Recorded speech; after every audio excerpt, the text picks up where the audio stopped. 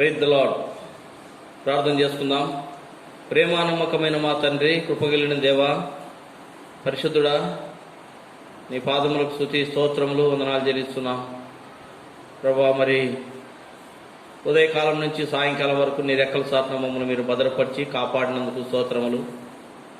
నీ యొక్క అద్భుతమైన ఆశ్చర్యమైన కార్యములన్నింటిని బట్టి స్తుతిస్తున్నాం. నమ్మదగిన దేవా స్తోత్రములయ్యా. నిన్న నేడు నిరంతరము ఏకరీతిగా ఉన్న తండ్రి, మాట తప్పని దేవా, మార్పు చెందని మా రక్షకుడా స్తోత్రములు ప్రభువా. నీకే స్తుతి స్తోత్రములు వందనాలు చెల్లిస్తా ఉన్నాం. ఈ సాయంకాల సమయము సంఘముగా ప్రార్థించుట కొరకై నీ పాదం దగ్గర మమ్మల్ని మీరు సమకూర్చినందుకై నిన్ను స్తుతిస్తున్నాం. వచ్చిన మా ప్రియులు బట్టి స్తోత్రములు ప్రభా. మా తండ్రి రాలేకపోయినటువంటి వారి కొరకు కూడా ప్రార్థిస్తూ ఉన్నాం ప్రభా. మా తండ్రి నీ బిడ్డలు ఎక్కడున్నా కూడా మా తండ్రి మరి లైవ్ ద్వారా సంఘముతో ఏకీభవించడానికి ప్రార్థించడానికి కృప చూపించండి. ఈ రాత్రి కాలము కూడికంతట్లో మీరు తోడై ఉండండి. పాటల ద్వారా సూచించే కృపను దయచేయండి. శ్రేష్టమైన నీ మాటల ద్వారా మీరు మాతో మాట్లాడి మేమందరం కూడా తండ్రి సంఘముతో ఏకీభవించి ప్రార్థించడానికి కూడా కృప చూపించమని దేవాని పాదం దగ్గరికి వస్తా ఉన్నాం. కనికరించండి. కరెంటును మైకును మౌతును నీ స్వాధీనం ఉంచుకోనండి ప్రభా. నీ మహిమార్థము ఎటువంటి కొరత లేకుండా మీరు వాడుకోమని ప్రార్థిస్తున్నాం. బయట నుంచి ఎటువంటి ఆటంకాలు కానీ ప్రభా మా తండ్రి శత్రువు యొక్క శోధనలు ఎదురుగాకుండా సహాయపడండి. అంధకార శక్తులు, చీకటి శక్తులు యేసునామములో బంధించి పారదోలుతున్నాం ప్రభా. మీరే తోడై ఉండండి. మంచి వాతావరణము మీరు అనుగ్రహించమని ప్రార్థిస్తున్నాం. కనికరించమని యేసుక్రీస్తు నామములో స్తోత్రించి అడిగి వేడుకుంటున్నాం తండ్రి. ఆమేన్.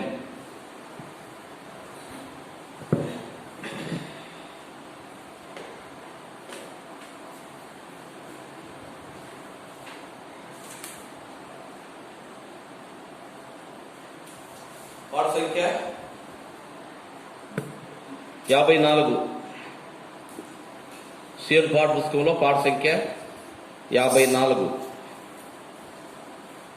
కొండల తాటు కన్నులెత్తుతున్నాను, నాకు సాయమేతట నుండి వచ్చును, నాకు సాయమేతట నుండి వచ్చును. భూమి ఆకాశముల సృజించిన, భూమి ఆకాశముల సృజించిన యెహోవా వలన సాయము కలుగును, యెహోవా వలన సాయము కలుగును.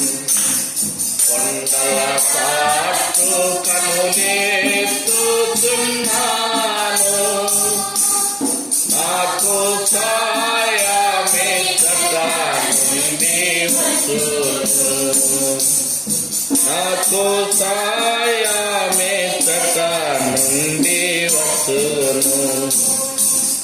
నీ పాదముతో త్రిల్లనియాడు, నీ పాదముతో త్రిల్లనియాడు, నిన్ను కాపాడువాడు కొనుకాడు, నిన్ను కాపాడువాడు కొనుకాడు. కొండల తాటు కన్నులెత్తుతున్నాను, నాకు సాయమేతట నుండి వచ్చును, నాకు సాయమేతట నుండి వచ్చును. ఇశ్రాయేలును కాచు దేవుడు, ఇశ్రాయేలును కాచు దేవుడు, కునుకాడు నిద్రపోడు అన్నాడు. కునుకాడు నిద్రపోడు అన్నాడు. కొండల తాటు కనులేస్తున్నాను. నాకు సాయమెచ్చట నుండి వచ్చును. నాకు సాయమెచ్చట నుండి వచ్చును. యెహోవాయే నిన్ను కాపాడును. యెహోవాయే నిన్ను కాపాడును. కుడి ప్రక్క నీడగానుండును. కుడి ప్రక్క నీడగానుండును. కొండల తాటు కనులేస్తున్నాను. నాకు సాయమెచ్చట నుండి వచ్చును. నాకు సాయమెచ్చట నుండి వచ్చును. పగటండ రాత్రి వెన్నెల దెబ్బ. పగటండ రాత్రి వెన్నెల దెబ్బ. నీకు తగులకుండా కాపాడును. నీకు తగులకుండా కాపాడును. కొండల తాటు కనులేస్తున్నాను. నాకు సాయమెచ్చట నుండి వచ్చును. నాకు సాయమెచ్చట నుండి వచ్చును. ఎట్టి అపాయమైనా రాకుండా. ఎట్టి అపాయమైనా రాకుండా. ఆయన నీ ప్రాణము కాపాడును. ఆయన నీ ప్రాణము కాపాడును.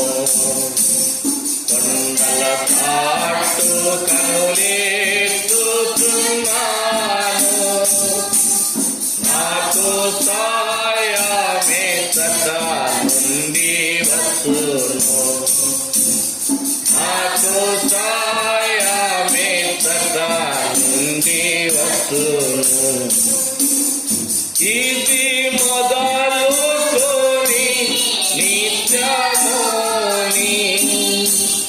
ఇది మొదలుకొని నిత్యముని. రాకపోకలందు కాపాడును.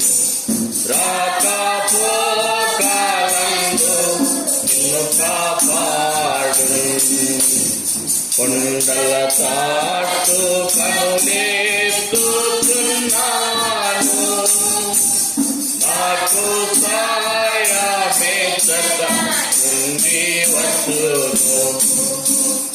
నాకు సాయమెచ్చట నుండి వచ్చును. ప్రార్థన చేస్తున్నాం. మేము కలిగిన తండ్రి, కృపగలిగిన దేవా, స్తోత్రములయ్యా. సాయంకాలం పాట ద్వారా స్తుతించడానికి కృపనిచ్చినారు. మరొకసారి ఈ దాసుని మీరు నిలబెట్టుకోనండి. మీ యొక్క ఆత్మతో నింపి మీ నోటి బోరగా మీరు వాడుకోమని ప్రార్థిస్తూ ఉన్నాము. సంఘముగా, వ్యక్తిగతంగా మేమందరము కొద్ది సమయం నీ పాదం దగ్గర ప్రార్థన గడపడానికి మా అక్కర్లు ఎరిగిన దేవుడు ప్రభా, అడగటానికి నీ పాదం దగ్గరికి వస్తున్నాం. ఇచ్చే దేవుడు ప్రభా, స్తోత్రములు దేవా. మరి ఏ విధంగా మేము అడగాలో మీ దాసుని మీరు నిలబెట్టుకొని మీ నోటికి బుర్రగా వాడుకొని మీరు మాతో మాట్లాడి దేవా, మేము అడగటానికి మీరు కృప చూపించమని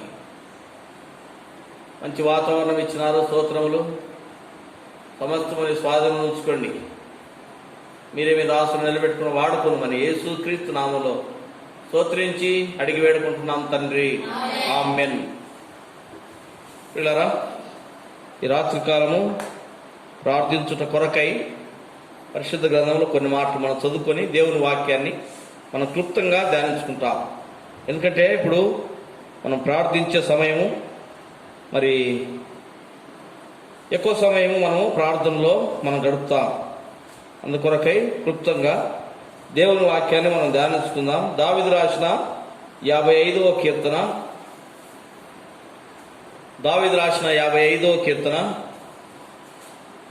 16, 17, 18 3 వచనాలు కలిసి చదువుకుందాం. 55వ కీర్తన 16వ వచనం నుంచి 18వ వచనం వరకు మనం కలిసి చదువుకుందాం. అందరు కలిసి చదవండి దయచేసి. అయితే నేను దేవునికి మొరపెట్టుకుందును, యెహోవా నన్ను రక్షించును. సాయంకాలమున, ఉదయమున, మధ్యాహ్నమున నేను ధ్యానించుచు మొరపెట్టుకుందును. ఆయన నా ప్రార్థన ఆలకించును. నా శత్రువులు అనేకులై ఉన్నారు, ఆయనను వారు నా మీదికి రాకున్నట్లు సమాధానం కలుగజేసి ఆయన నా ప్రాణమును విమోచించి ఉన్నాడు.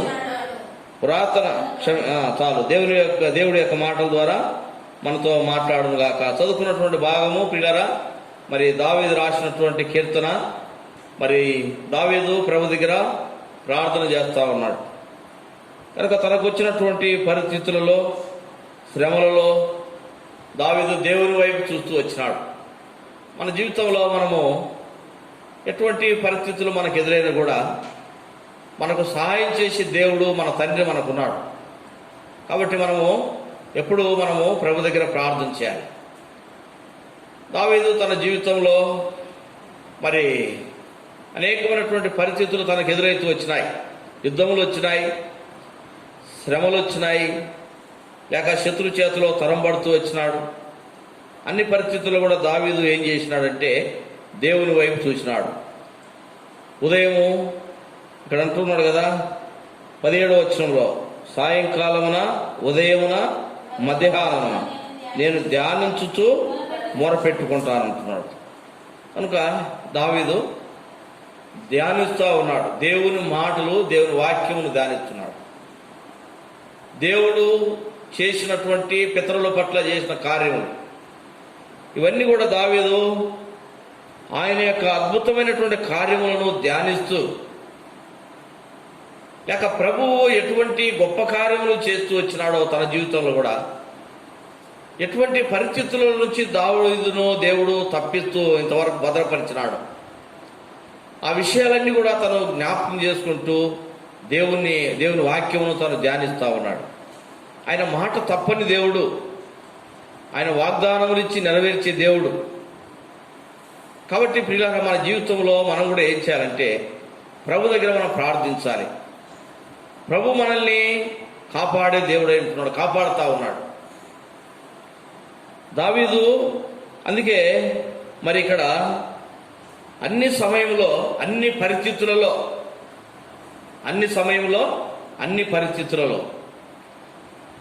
దేవుని దగ్గర తను ప్రార్థిస్తూ వచ్చినాడు, సహాయం చేసినటువంటి దేవుని దగ్గర. 55వ కీర్తనలో మొదటి వచనంలో చదవండి. 55వ కీర్తన మొదటి వచనంలో, దేవా చెవియెక్కి నా ప్రార్థన ఆలకింపుము, నా విన్నపములకు విముఖుడవై ఉండకుము, నా మనవి ఆలకించి ఉత్తరమేమో. శత్రువుల శబ్దమును బట్టి, దుష్టుల బలాత్కారమును బట్టి నేను చింతాక్రాంతుడనై విశ్రాంతి లేక మూలుగుచున్నాను. వారు నా మీద దోషము మోపుచున్నారు, ఆగ్రహము గలవారై. చూడండి ఎటువంటి పరిస్థితులు ఎదురైనాయి. శత్రువులు తన మీదకి వచ్చినారు. ఇక్కడ అంటా ఉన్నాడు అనమాట, శత్రువుల శబ్దమును బట్టి, దుష్టుల బలాత్కారమును బట్టి నేను చింతాక్రాంతుడనై విశ్రాంతి లేక మూలుగుతా ఉన్నాను. కనుక దావీదు తనకు వచ్చినటువంటి పరిస్థితులలో చింతాక్రాంతుడైనాడు. దుఃఖం ఉంది. దావీదు తనకు వచ్చినటువంటి పరిస్థితుల్లో దుఃఖపడతా ఉన్నాడు. ఆ దుఃఖములో దేవుని దగ్గరికి వెళ్ళాడు, కన్నీరు గారుతా ఉన్నాడు. తనకు వచ్చినటువంటి అన్ని పరిస్థితులలో ప్రియులారా, దావీదు ఉదయము, మధ్యాహ్నము, సాయంకాలం అన్ని వేళల్లో శత్రువు తనను తరుముతూ వచ్చినటువంటి సందర్భాల్లో విశ్రాంతి లేకుండా మూలుగుతా ఉన్నానంటున్నాడు. ఎటువంటి మూలుగులు? ఇది ప్రార్థన మూలుగులు అన్నమాట. కనుక దావీదు ప్రభు దగ్గర మూలుగుతున్నాడు, ప్రార్థనలో మూలుగుతున్నాడు, తనకు సహాయం చేసే దేవుని దగ్గరికి వెళ్ళాడు.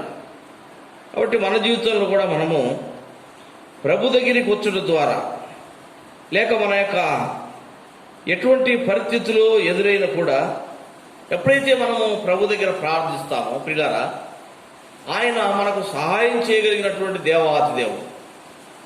దేవుని బిడ్డలైనటువంటి మనము అన్ని అవసరతల కొరకై,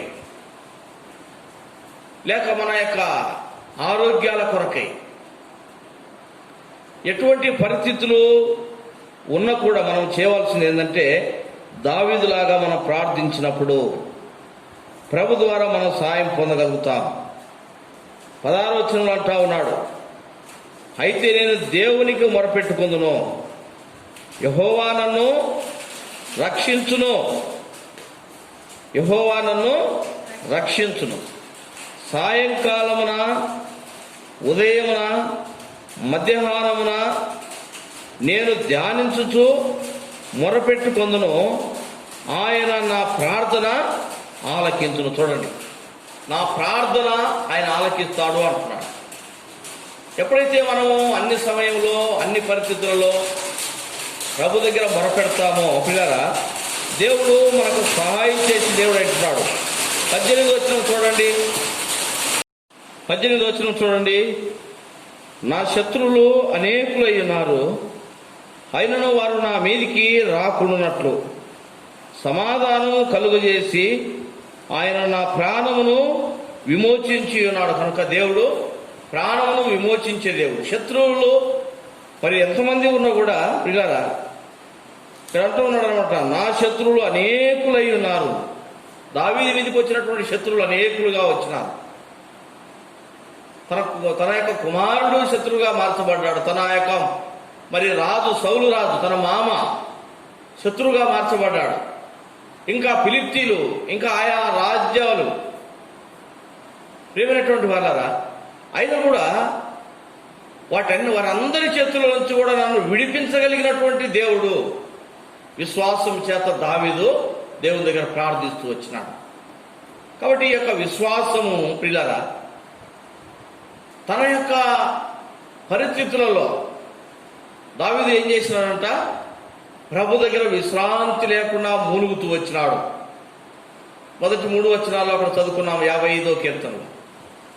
కనుక విశ్రాంతి లేకుండా అనగా ఎప్పుడు కూడా ప్రభు దగ్గర తను ప్రార్థిస్తూ వచ్చినాడు. మన పరిస్థితులు ఎటువంటి అయినా కూడా ఎప్పుడైతే మనం ఆ విధంగా ప్రార్థన చేస్తామో ప్రభు మనకు సహాయం చేస్తాడు. కాబట్టి ఇక్కడ ఈ కింది వచనాల్లో మరి దావీదు చెప్తా ఉన్నాడు. ఈ కీర్తనలో మనం చూస్తాము, 22వ వచనం చదవండి. నీ భారము యెహోవా మీద మోపుము, ఆయనే నిన్ను ఆదుకొనును. చూడండి, నీ భారము ఎటువంటి భారమైనా సరే నీ భారము యెహోవా మీద మోపుము. కాబట్టి ఆయన మన భారములను తీసివేసే దేవుడు, మన అక్కర్లు తీర్చే దేవుడు, శత్రువు చేతుల నుంచి విడిపించేవాడు, శత్రువులను సిగ్గుపరిచేవాడు, మనకు విడుదలనిచ్చేవాడు, మనకు రక్షణనిచ్చేవాడు, మనకు ఆరోగ్యమునిచ్చేవాడు, మనకు ఐశ్వర్యం ఇచ్చేవాడు. ప్రియులారా, అందుకే దావీదు ప్రభువును ఎప్పుడు విడిచిపెట్టలేదండి. తనకు ఏ పరిస్థితి వచ్చినా సహాయం చేయగలిగినటువంటి దేవుని దగ్గరికి వెళ్ళాడు. ప్రభు దగ్గర తను అడుగుతూ వస్తా ఉన్నాడు, కన్నీరు గారుతా ఉన్నాడు, తన భారమంతా ప్రభు దగ్గర చెప్తున్నాడు. విశ్రాంతి లేక మూలుగుతున్నానంటా ఉన్నాడు అనమాట. ఎందుకు ఇంతఘనంగా? ఆయన విడిపించగలిగినటువంటి దేవుడు, ఆయన మాత్రమే విడిపించగలిగిన వాడు, రక్షించగలిగినటువంటి వాడు. పిల్లరా, విశ్వాసంతో మనం ప్రభు దగ్గరికి రావాలి. ఆ ధైర్యంతో మనం ప్రభు దగ్గర అడగాలి. మన భారం ఆయన మీద మోపాలి. దావీదు అంటాడు, నీ భారము యెహోవా మీద మోపుము, ఆయనే నిన్ను ఆదుకొనును, నీతిమంతులను ఆయన ఎన్నడును చూడండి ప్రియుల, ఆయన ఎన్నడూ కదలలేడు. అంటే దాని అర్థమైంది, ఎన్నడూ కదలలేరంటే శోధనలు రావు, ఇబ్బందులు రావనే, అన్ని పరిస్థితులలో తోడై ఉంటాడు ప్రియుల. ఈ లోక యాత్ర జీవితంలో, విశ్వాస జీవితంలో ఎన్నో పరిస్థితులు మనకు ఎదురవుతూ ఉంటాయి. అన్నిటిలో మన ప్రక్కన ఉండే దేవుడు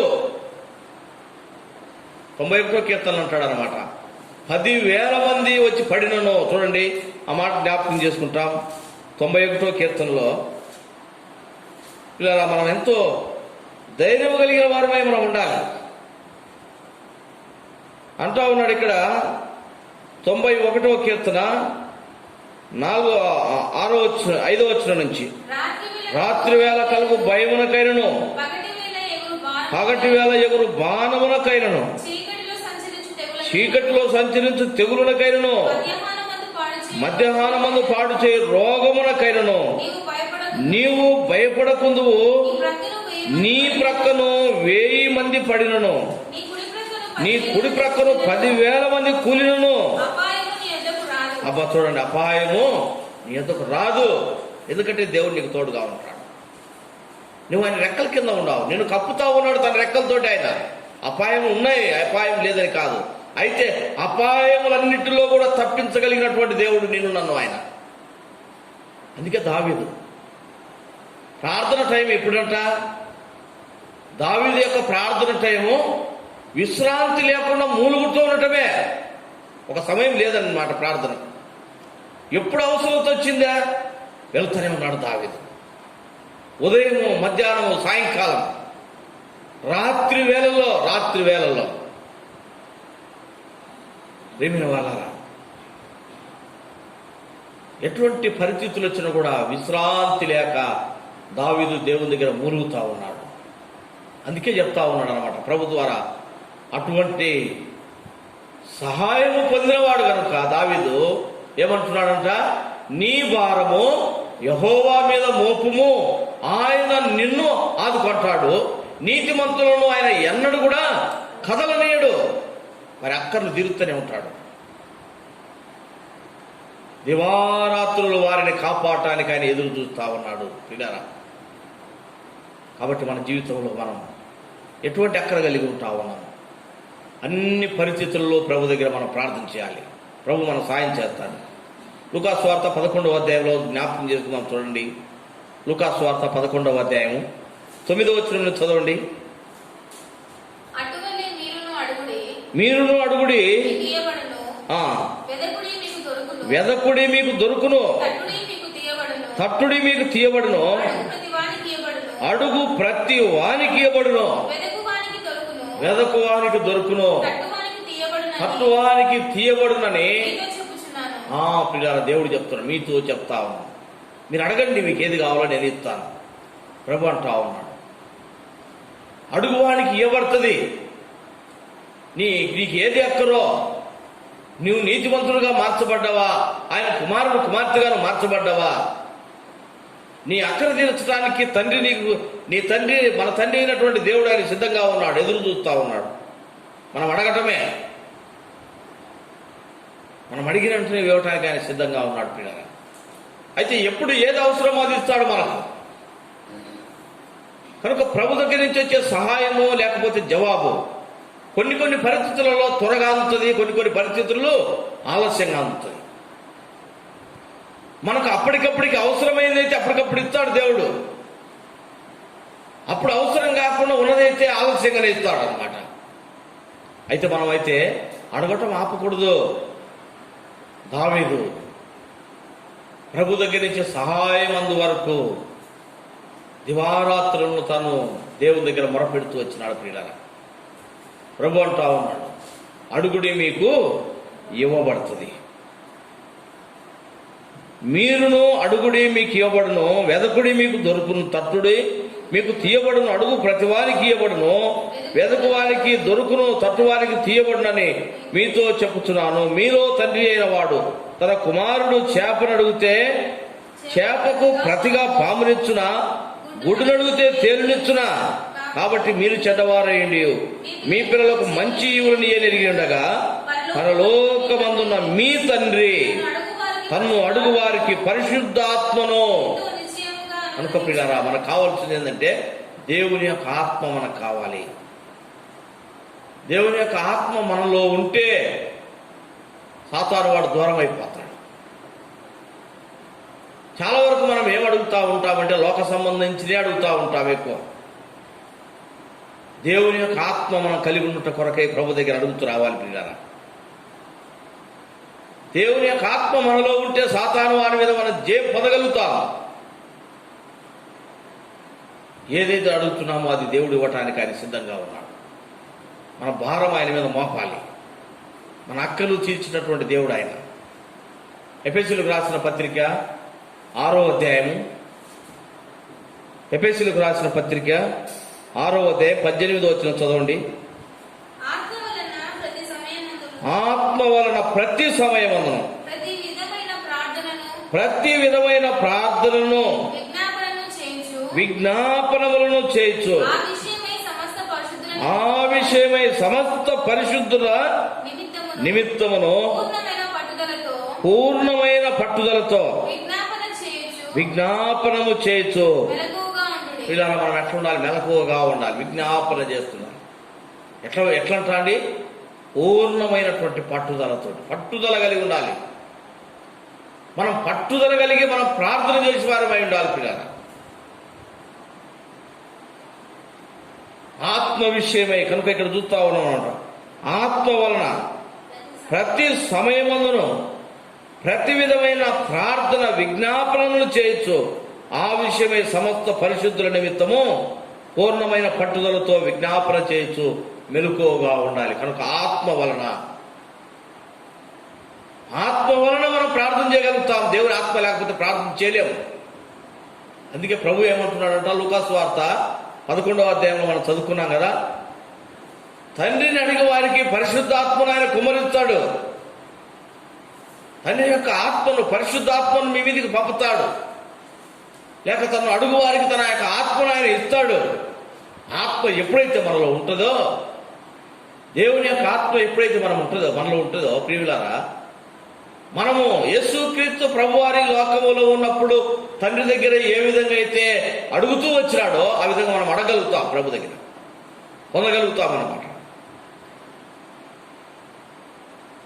దేవుని యొక్క ఆత్మ మనలో ఉన్నట్లయితే మనం ప్రార్థన చేయగలుగుతాం. అందుకే ఇక్కడ అంటున్నాడు అనమాట, ఆ ప్రార్థించుట కొరకై మొట్టమొదట మీరు ఆత్మను పొంది ఉండండి, నీతిమంతులుగా మార్చబడి ఉండండి అంటారు. ఆత్మ వలన ప్రతి సమయమందును ఎట్లా ఉండాలంటే మనము ప్రార్థనను విజ్ఞాపనమును చేయొచ్చు. ఆ విషయమై సమస్త పరిశుద్ధుల నిమిత్తము పూర్ణమైన పట్టుదలతో విజ్ఞాపన చేస్తున్నారు. ఇతరుల కొరకు ప్రార్థన. విజ్ఞాపన అంటే ఇతరుల కొరకు ప్రార్థించటం. ప్రార్థన మన కొరకు మనం ప్రార్థన చేసుకోవటం అన్నమాట. విజ్ఞాపన అంటే ఇతరుల కొరకు మనం ప్రార్థించటం. ప్రతి సమయంలో మన కొరకు ప్రార్థించాలా, ఇతరుల కొరకు ప్రార్థించాలా, ఆత్మను పొంది ఉండాలి. ప్రియమైన వాళ్ళారా, అన్ని విషయంలో మనం మెలకువగా ఉండాలి. ప్రభు రాకడ వరకు ప్రతి దినము మనం ప్రభు దగ్గర అడిగి పొందుతూ ఉండాలి. దావీదు అంటా ఉన్నాడు, నీ భారము యెహోవా మీద మోపుము. తనకొచ్చిన పరిస్థితులలో తన భారమంతా కూడా దేవుని మీద మోపుతూ వచ్చినాడు. దేవుడు తనను ఆదుకున్నాడు. కాబట్టి ప్రియులారా, మన జీవితంలో ఏ పరిస్థితులు వచ్చినా కూడా మనం భయపడాల్సిన పనిలే. ధైర్యం కలిగి నిబ్బరంగా దావీదులాగా ప్రభు దగ్గరికి వెళ్ళి మూలుగుదాం. అన్ని పరిస్థితులలో ఏ టైంలో అయినా సరే, ఒక ఆఫీసులో పని జరగాలంటే ఆఫీస్ టైం కంటే ముందు వెళ్తే మన పని జరగదు. ఒకవేళ ఆఫీసు మూసివేయమన్న తర్వాత పోతే మళ్ళీ మరుసటి రోజు వెళ్ళాలి. దేవుని దగ్గర సహాయానికి వచ్చే వారికి పగలు రాత్రి ఎనీ టైం దేవుడు మన ప్రార్థన వినటానికి ఆయన సిద్ధంగా ఉన్నాడు. పాట పాడుకున్నాం, కొండల తట్టు కన్నులెత్తుచున్నాను, యెహోవాలోనే నాకు సహాయం కలుగుతుంది. 121వ కీర్తనలో ఆ మాట చదువుకొని మన ప్రార్థనలు ప్రవేశిస్తాం. మనం పాడుకున్నటువంటి పాట 121వ కీర్తన. మరి అక్కడ అంటా ఉన్నాడు, 4వ వచనం చదవండి. ఇశ్రాయేలును కాపాడువాడు కునుకడు నిద్రపోడు. చూడండి, దేవుడు ఎటువంటి వాడంట? ఇశ్రాయేలును కాపాడువాడు అనగా తన బిడ్డలను కాపాడేవాడు. తను ఏర్పరచుకున్నటువంటి తన బిడ్డలను కాపాడేవాడు, లేక తన రక్తము చేత కడగబడినటువంటి బిడ్డలు, లోకంలోంచి ప్రత్యేకించబడినటువంటి తన యొక్క ప్రజలైనటువంటి వారి యొక్క అక్కలు తీర్చడానికి దివారాత్రములు ఆయన మెలకువతో ఉన్నటువంటి దేవుడు. ప్రభు నిద్రపోయేవాడు కాదండి. కాబట్టి మనం ప్రార్థించడానికి ఒక సమయం లేదు. ఏ సమయమైనా ప్రభు దగ్గర ప్రార్థించవచ్చు. మన అక్కలు మన ప్రభు దగ్గర తీర్చుకోవచ్చు అన్నమాట. రాత్రి అయినా, ఉదయమైనా, పగులైనా, మధ్యాహ్నమైన, సాయంకాలమైనా, ఎటువంటి అవసరత, ఉద్యోగం అవసరతనా, వివాహం అవసరతనా, సంతానం అవసరమా, లేకపోతే ఇంకా ఆర్థిక ఇబ్బందుల, అనారోగ్యతల, ఎటువంటి అవసరత అయినా కూడా నీ భారము, నీలో ఉండే భారం ఏదో ప్రభు దగ్గర మోపం. ప్రభు నీకు సహాయం చేసే వరకు ప్రభు దగ్గర మూలుగుతా ఉండు, అంటే ప్రార్థన చేస్తూ ఉండు. ప్రభు సహాయం చేస్తాడు. విసుగు చెందకూడదు, పట్టుదలతో ప్రార్థించాలి. బైబిల్లో ఎంతో మంది ఉన్నారు పట్టుదలతో ప్రార్థించి దేవుని ద్వారా సహాయం పొందినటువంటి వారు, స్త్రీలను. కాబట్టి అటువంటి విధానంలో మనం ప్రభు దగ్గర ప్రార్థిద్దాం. ప్రస్తుతం ఉండే పరిస్థితులు బట్టి, దేవుని పరిచర్యకై, అదేవిధంగా దేవుని యొక్క స్వార్థ ప్రకటించబడటం కొరకై, సంఘ పరిచర్య కొరకై, ఈ లైవ్ ద్వారా జరుగుతున్న పరిచర్య కొరకై, అనేకులు రక్షణ పొందటానికి ఈ చివరి దినాల్లో మనం ఉంటా ఉన్నాం. ఎంతోమంది నశించిపోయేటటువంటి వారు ఉంటా ఉన్నారు. ఈ పరిస్థితులలో, ఈ కరోనా వైరస్ను బట్టి సేవకులు, విశ్వాసులు, రక్షణ లేనటువంటి వారు ఎందరో, ప్రతి ఒక్కరి మీదకి ప్రతి ఒక్కరు కూడా ఈ యొక్క వ్యాధి బారిన పడుతూ ఉన్నారు. మనం అందరి కొరకు ప్రార్థన చేయాలి పిల్లలు. దేవుని కృప కావాలి ప్రతి మానవునికి. మనుషులందరి కొరకు మనం విజ్ఞాపన చేయాలి. ఆత్మయందు పట్టుదల కలిగిన వారిపై అందరి కొరకు మనం విజ్ఞాపన చేయాలి. అనేక మంది రక్షణ కొరకై, వారి ఆరోగ్యాల కొరకై ఎంతోమంది మరణించుంటా ఉన్నారు. వారి కుటుంబాలను ఆదరణ కొరకై దేవుడు మన మీద పెట్టినటువంటి భారం అన్నమాట ఇది. భూమి మీదకి తన కృపను ఆయన పంపించినట్టుగా ప్రభు దగ్గర ప్రార్థన చేద్దాం.